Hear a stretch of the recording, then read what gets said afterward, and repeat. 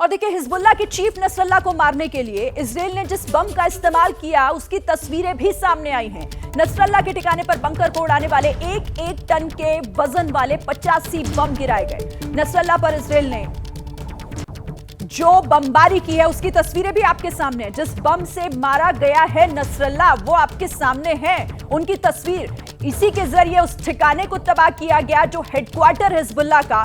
बताया जा रहा है कि एक टन वजनी है ये, एक टन वजनी ये बम जो गिराए गए, और 85, 1 2 3 4 नहीं बल्कि 85 बम गिराए गए हैं। एक टन वजनी बम ये, जिसने पूरी तरीके से उस हेडक्वार्टर को तबाह कर दिया जिसमें नसरल्लाह भी था। ये दावा इजराइल का।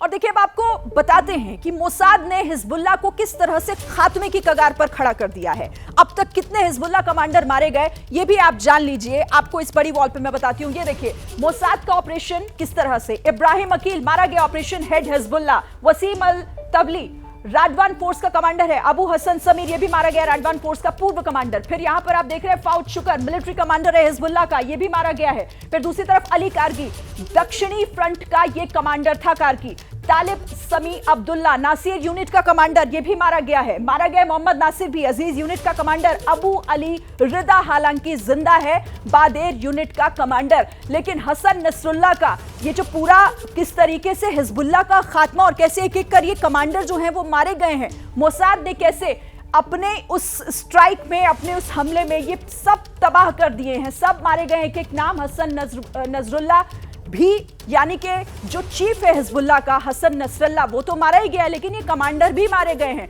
ये बड़ी स्ट्राइक जो की गई है उस फोन कॉल पे, जिस फोन कॉल के बाद उस ऑपरेशन को शुरू किया गया जिसे नाम दिया गया ऑपरेशन न्यू ऑर्डर, जिसमें हिजबुल्लाह के हेडक्वार्टर पर बम बरसाए गए। और बम एक टन वजनी बम थे। 8 नहीं पूरे 85 बम गिराए गए हैं। जिसके बाद नसरल्लाह को तबाह करने का दावा इजराइल ने किया है। उसकी बेटी ज़ैनब के भी मारे जाने की खबर है। और एक एक कर उससे पहले किस तरीके से उसके जो कमांडर्स मारे गए, कैसे रीढ़ पर सीधे सीधे चोट हिजबुल्लाह की मोसाद ने किया है, ये बताता है। ये तस्वीरें, ये नाम, चाहे इब्राहिम अकील हो, फाउद शुक्र हो, अली कारकी हो, वसीम अल तबली, अबू हसन समीर, तालिब समी अब्दुल्ला और मोहम्मद नासिर, एक एक कर सब मारे गए हैं। और हिजबुल्लाह को हम खत्म कर देंगे, ये जो बार बार इजराइल की तरफ से कहा जा रहा था ना, मोसाद उसी काम पर लगा हुआ था। और बिल्कुल ऐसा ही होता हुआ फिलहाल तो दिख रहा है। आप सोचिए कि यूएन में बड़ी बात, बड़ा दावा करते हुए नेतन्याहू ये कहते हुए कि जंग तो हम ही जीतेंगे, उसके बाद जब वो अपने रूम में जाते हैं, जब वो अपने होटल में जाते हैं, एक फोन कॉल और ऑपरेशन शुरू हो जाता है। अब इससे समझने के लिए, इस पर बात करने के लिए हमारे साथ दो खास मेहमान जुड़ गए। Major general Sanjay Kulkarni, defence expert हमारे साथ जुड़ रहे हैं, और साथ ही मेरे साथ न्यूज रूम से लाइव विशाल पांडे मेरे सहयोगी भी जुड़ रहे हैं। मैं सबसे पहले विशाल आपका रुख करती हूं, क्योंकि ये तो वही फिर से इजराइल ने साबित कर दिया कि इजराइल जो कहता है वही वो करता है।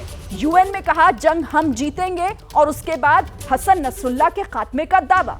बिल्कुल शरीन, यहाँ पर इजराइल जो कहता है वो करता हुआ साफ तौर पे दिखाई दे रहा है। कल रात ही बेरूत में जो हिजबुल्लाह का मुख्यालय था वहां पर एयर स्ट्राइक कर हमला किया, और इसी हमले में हसन नसरुल्लाह मारा गया है। इस बात का दावा इजराइल की तरफ से किया गया है, और इस दावे के बाद से लगातार पश्चिम एशिया में तनाव बढ़ने की संभावना नजर आ रही है। ईरान के सुप्रीम नेता ने भी थोड़ी देर पहले बयान जारी कर कहा है कि इजराइल ने बर्बरता की है, और इसके अलावा तमाम जो ईरान के सहयोगी हैं उनसे साथ खड़े होने की अपील ईरान ने यहां पर की है। और ईरान का यह कहना है कि हिजबुल्लाह को इजराइल नुकसान नहीं पहुंचा पाएगा, हिजबुल्लाह इतना मजबूत है। ईरान के सुप्रीम नेता का यह बयान अब से थोड़ी देर पहले आया है, और उन्होंने कहा है ईरान के सुप्रीम नेता ने कि वो हिजबुल्लाह के साथ पूरी तरह से खड़े हैं और उनका समर्थन करते हैं। यानी अब देखना यही होगा कि आगे इस पूरे एरिया में क्या होता है। लेकिन इजराइल ने न सिर्फ हसन नसरुल्लाह को मारा, बल्कि हिजबुल्लाह का जो मिसाइल कमांडर था उसको भी मार गिराया है इस हमले में। यानी इजराइल एक तरफ जहां गाजा पट्टी में हमास के साथ लड़ रहा है, तो दूसरी तरफ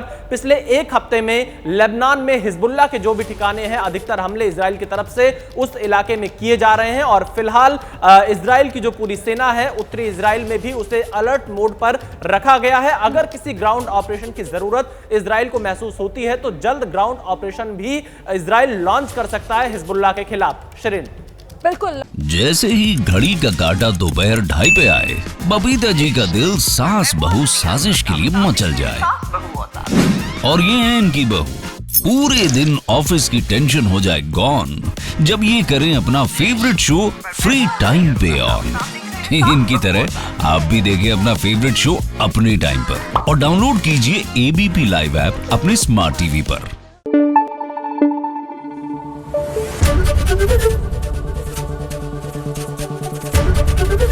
एबीपी न्यूज आपको रखे आगे।